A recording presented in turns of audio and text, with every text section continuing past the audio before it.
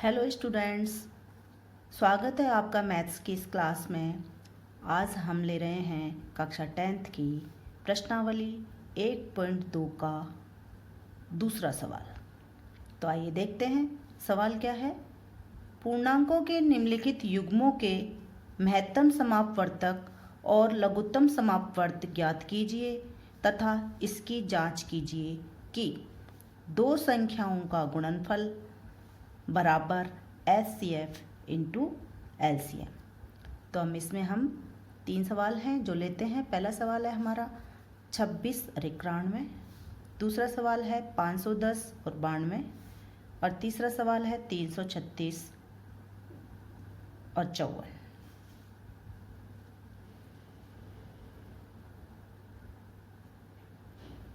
तो पहला सवाल हम ले लेते हैं। यहाँ पहला सवाल क्या है, 26 व 91।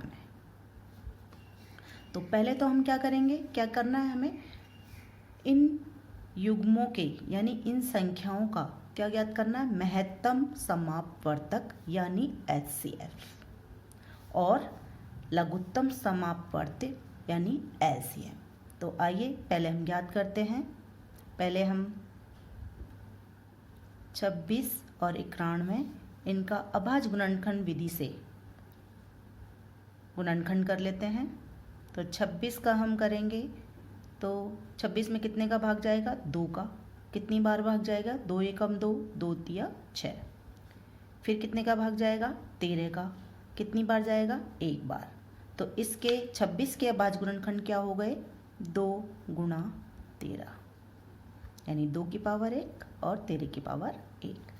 फिर इसके बाद में हम 91 का करके देख लेते हैं। इसमें 2 का भाग नहीं जाएगा, 3 का भाग भी नहीं जाएगा। 13 7 91 यानी 7 का भाग इसमें जाएगा। तो 7 से हम भाग दे देते हैं।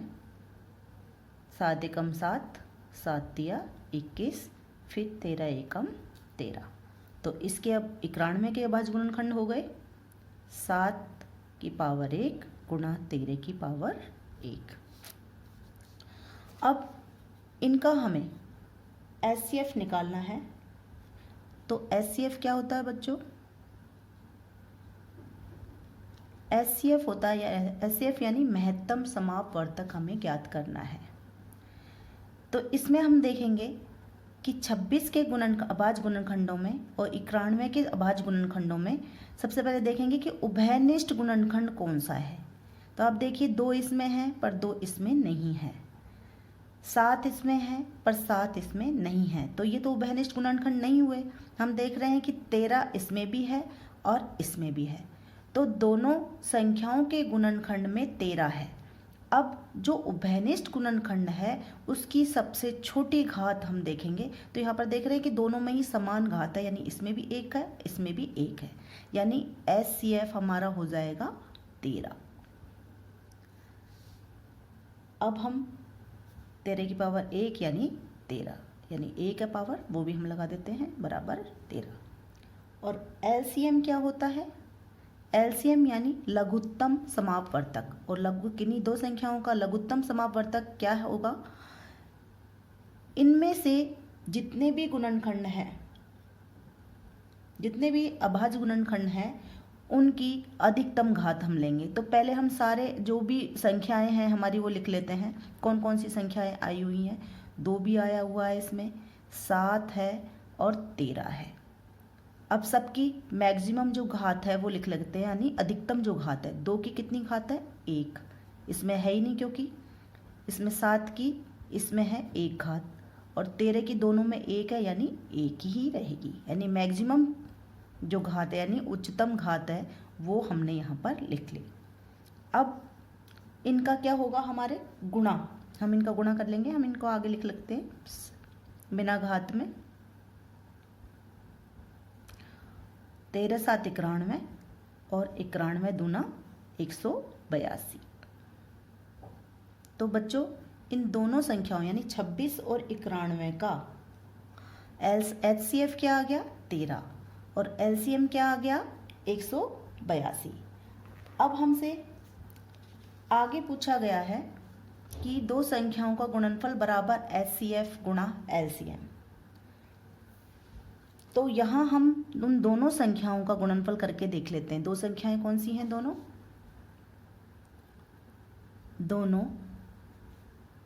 संख्याओं का गुणनफल। तो हमारी दोनों संख्याएं हैं 26 गुणा 91।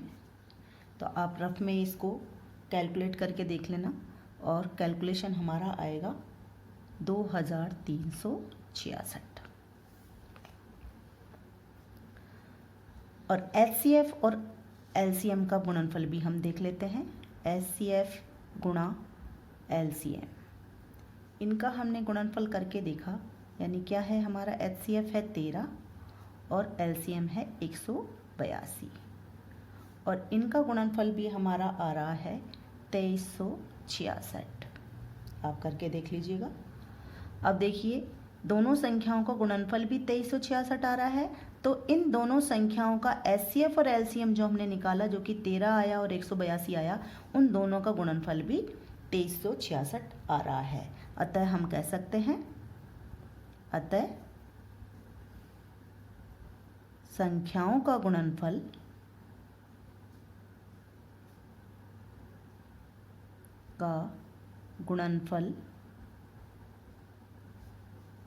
बराबर HCF गुणा LCM।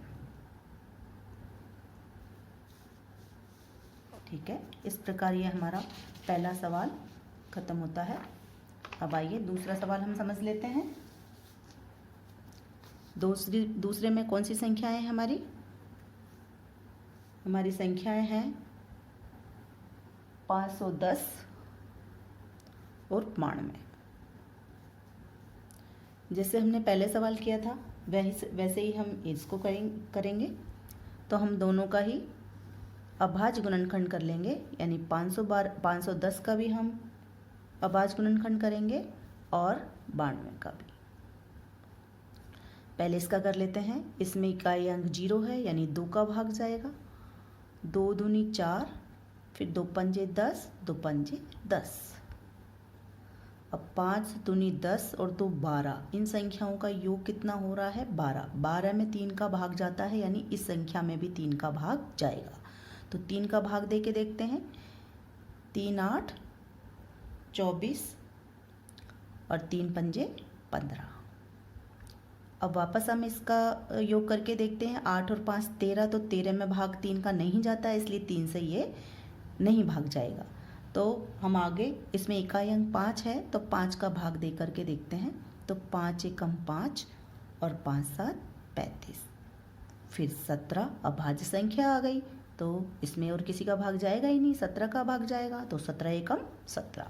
इसी प्रकार से 92 को हम देखते हैं। तो इकाई अंक 2 है, सम संख्या है, इसमें 2 का भाग जाता है, तो इस संख्या में भी 2 का भाग जाएगा।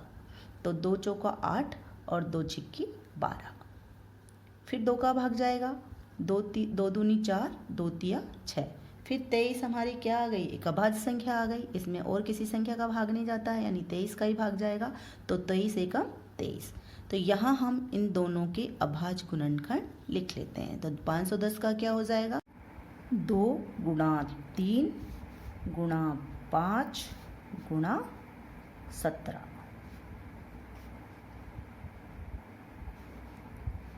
यानी 2 की पावर 1 है, 3 की पावर 1 है, 5 की पावर भी 1 है और 17 की पावर भी 1 है। इसके बाद 92 के अभाज्य गुणनखंड भी लिख लेते हैं। 92 के क्या है? 2 गुणा 2 गुणा 23, यानी 2 की पावर 2 गुणा 23 की पावर 1। तो ये हो गए 92 के। अब हमें निकालना है HCF। तो HCF क्या हो जाएगा? आपको पता ही HCF क्या होता है। इनमें से हम HCF निकालने के लिए क्या करेंगे? कॉमन नंबर यानी उभयनिष्ठ संख्याएं देखेंगे 510 के अभाज्य गुणनखंड में और 92 के अभाज्य गुणनखंड में। तो हम देख रहे हैं इनमें से केवल 2 ऐसा अंक है जो दोनों में है, इसमें भी है और इसमें भी है। तो हम 2 लिख लेंगे, जो उभयनिष्ठ है उसको हम लिख लेंगे। अब यहाँ पर जो कम घात वाला है उसको हम यहाँ लिखेंगे, यानी कम घात कितनी है, 1। यहाँ पर तो 2 है, यहाँ 1 है, तो ये 2 की पावर 1, यानी HCF हमारा क्या हो जाएगा, 2। अब हमें निकालना है LCM।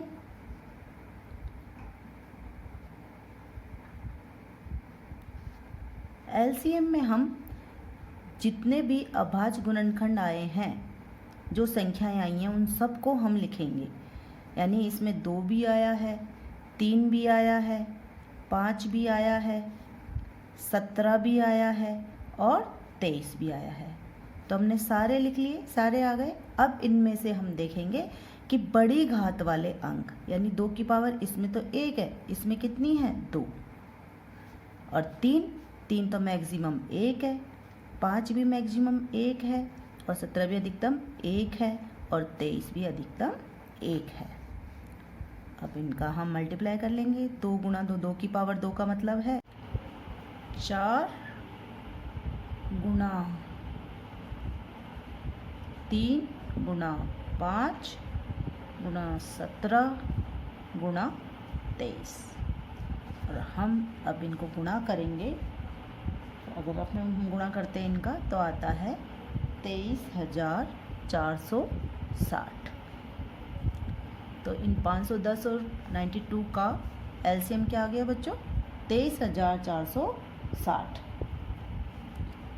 और महत्तम समापवर्तक 2 है, हमने वो निकाल ही चुके हैं हम। अब हम देखेंगे यहाँ संख्याओं का गुणनफल।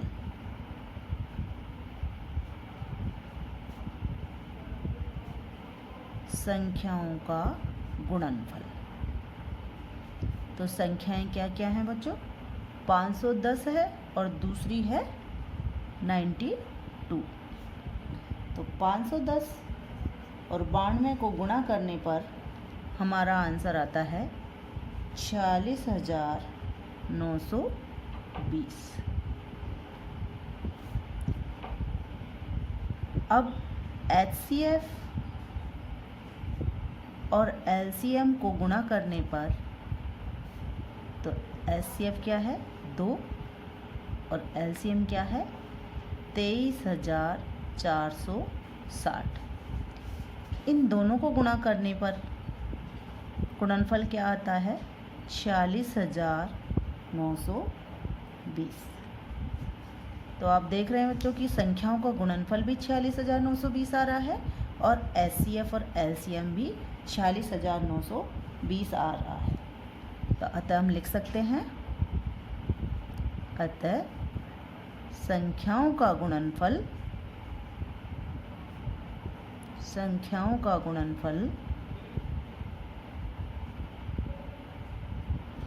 बराबर HCF इंटू LCM।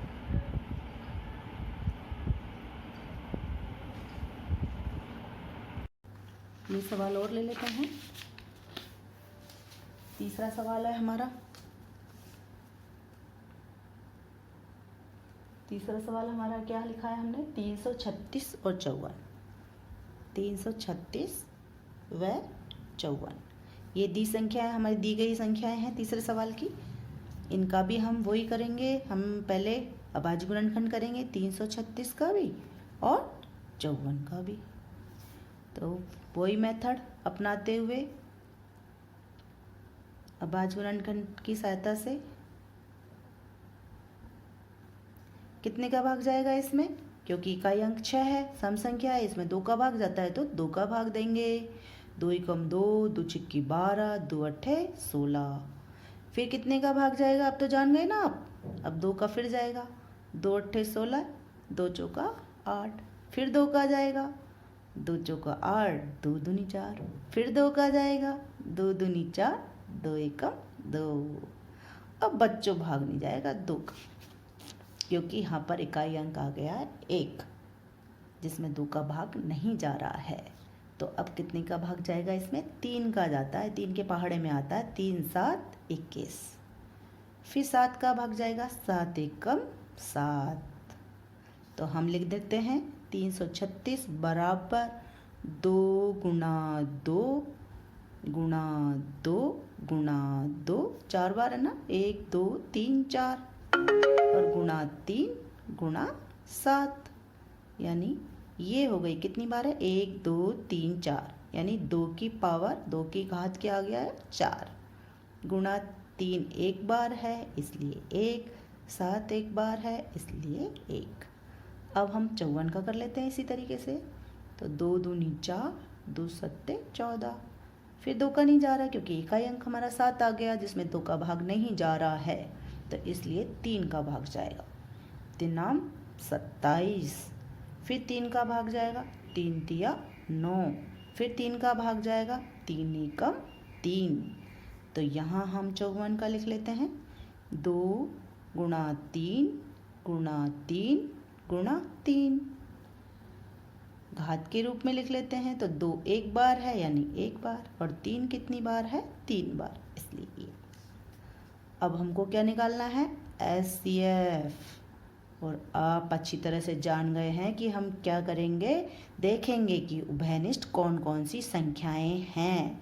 तो उभयनिष्ठ कौन कौन सी संख्या है इनमें, 2 और 3। तो पहले तो हम 2 लिख लेते हैं और 3, केवल हमको उभयनिष्ठ लिखनी है HCF में। 2 में 2 की जो न्यूनतम घात है वो कितनी है, 1, और 3 की जो न्यूनतम घात है वो कितनी है, वो भी है 1, क्योंकि यहाँ पर 3 है इसमें 1। तो यहाँ हमारा आ जाएगा HCF, क्या आ जाएगा बच्चों,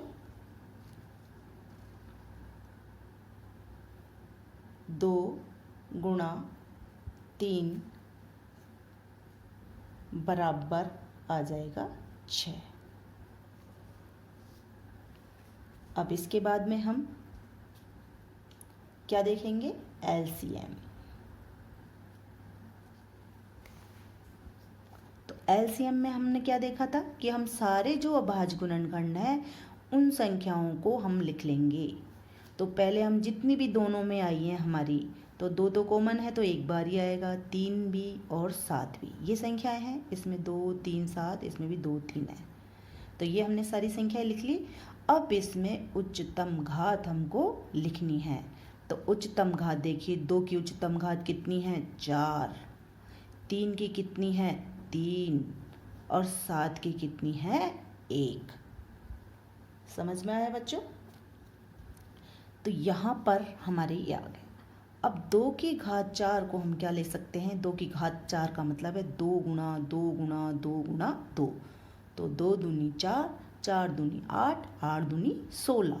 तो 2 की घात 4 का मतलब है 16, और 3 की घात 3 का मतलब है 3 तिया 9, 9 ती 27 यानी 27, और 7 की पावर 1 यानी 7। वही मल्टीप्लाई हम करेंगे तो गुणा करने पर हमारा आ जाता है 3024। अब बस रह गया काम हमारा जांच करने का। हम इनकी जांच कर लेते हैं। हमें पता है कि HCF तो हमारा आया है 6 और LCM हमारा आया है 3024। तो सबसे पहले संख्याओं का गुणनफल देख लेते हैं भाई क्या आता है। संख्याओं का गुणनफल, संख्याएं कौन कौन सी हैं हमारी, 336 गुणा 54। तो इन दोनों संख्याओं का हम गुणनफल देखते हैं तो क्या आता है हमारा, हम करके देख रहे हैं, मैंने करके देख चुकी हूँ। तो 18,144, आप भी रफ में इनका गुणा करके देख लीजिएगा, 18,144 आएगा। और LCM HCF गुणा LCM क्या आता है, HCF तो है 6 और LCM है 3024, और इनका गुणा भी हमारा आ गया 18,144। तो हमने जांच कर ली, अतः हम ले सकते हैं कि अतः संख्याओं का गुणनफल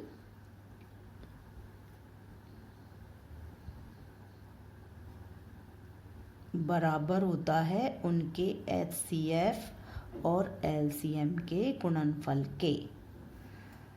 अब बच्चों आपका बाई चांस आप सोल्व करो कोई सवाल और आपका अलग अलग आए, इसका मतलब हमारी कहीं गड़बड़ हुई है। इस सवाल में हमने या तो एचसीएफ गलत निकाला है या एलसीएम गलत निकाला है या गुणा गलत किया है, कुछ न कुछ हमने गलत किया है, क्योंकि हमारा हमेशा जो दो संख्याएं हैं उनका गुणनफल उनके एचसीएफ और एलसीएम के गुणनफल के बराबर आना चाहिए।